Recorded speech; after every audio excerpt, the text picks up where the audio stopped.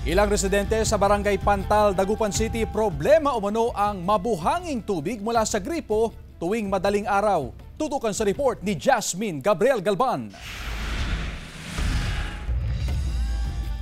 Hindi rin naman problema sa supply ng tubig si Aling Elvira Rosal mula sa Barangay Pantal, Dagupan City. Sagana raw ang lumalabas sa tubig sa kanilang gripo. Ang nagiging problema lang daw nila ay ang mabuhanging tubig tuwing madaling araw. Kailangan pa raw nilang isalin sa ibang timba o batsa ang tubig mula sa gripo para masala ang buhangin. Kadalasan madaling araw o kaya sa umaga, yun, kasi ang bilis, sobrang bilis ng tulo, yun, sumasama po yung mga ibang buhangin. Batid ng pamunuan ng Pamana Water ang problema na ito ng ilang water consumers. Sa katunayan, tuloy-tuloy ang mga ginagawa nilang hakbang para masolusyonan ang problema sa mabuhanging tubig. 21 sa 24 na water pumping station ay mayroong sand separator, habang ang 4 na iba pang water pumping station ay mayroon namang sandbag. Nag-install sila ng sand separator sa mga pumping stations.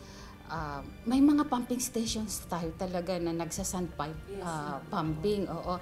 Pero hindi naman whole year round yon. Mayroon lang talagang times na madami yung nakukuhang o nakakasamang buhangin. May mga nakaschedule din na air scouring ang Pamana Water sa iba't ibang barangay para maiwasan ang pagsama ng buhangin sa tubig mula sa gripo. Hindi naman natin talaga makokontrol yung pag nag-pump out, may kasamang buhangin. Natural yon dahil nanggagaling yon sa ilalim. Oo.